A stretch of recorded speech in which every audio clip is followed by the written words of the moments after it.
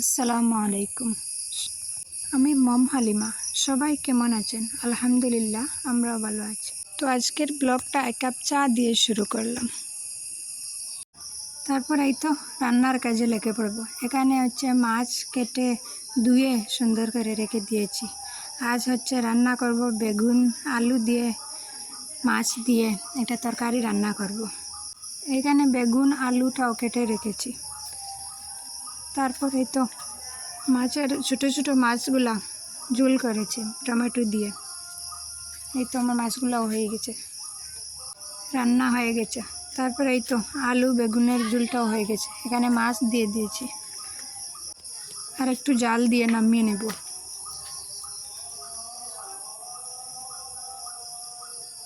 এই তো আমার তরকারিটা হয়ে গেছে।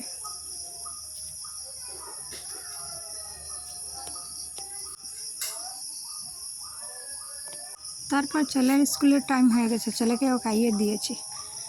সে নিজে নিজে ড্রেসটা লাগাচ্ছে। আর ওকে স্কুলে দেওয়ার পর আমি একটু বাবার বাড়িতে যাব।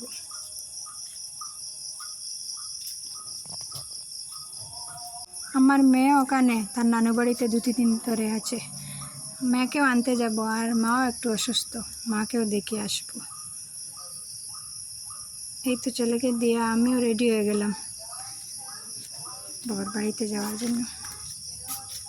এই তো চলে যাচ্ছি, এত রোদ রাস্তায়।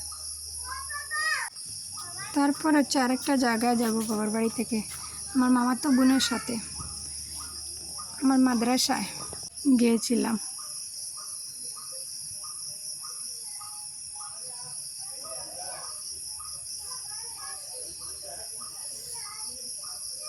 ওই যে একটু জুম করে দেখাচ্ছিলাম, ওটাই হচ্ছে, ওখানে যাব মাদ্রাসাতে।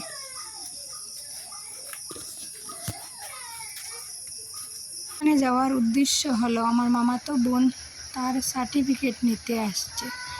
পরে আমাকে বলল যে তুই আমার সাথে আয়, তাই ওর সাথে আমি গেলাম। ওই যে আমার মামাতো বোন আসছে। প্রায় আধা ঘন্টা ধরে এখানে দাঁড়িয়ে আমি ওর জন্য অপেক্ষা করেছিলাম। ফাইনালি ও আসলো। তারপর বাবার বাড়িতে ব্যাক করে দেখি ভাবি সেমাই বানিয়েছে, ওটা খেয়ে ভাত চাত খেয়ে তারপরে আবারও চলে এলাম বাড়িতে।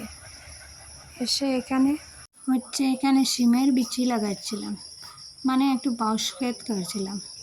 এখানে হচ্ছে শাশুড়ি মা শিমের বিচি লাগাচ্ছে, মানে আমরা গ্রামের ভাষায় এটাকে বলি উড়ির বিচি লাগাচ্ছে।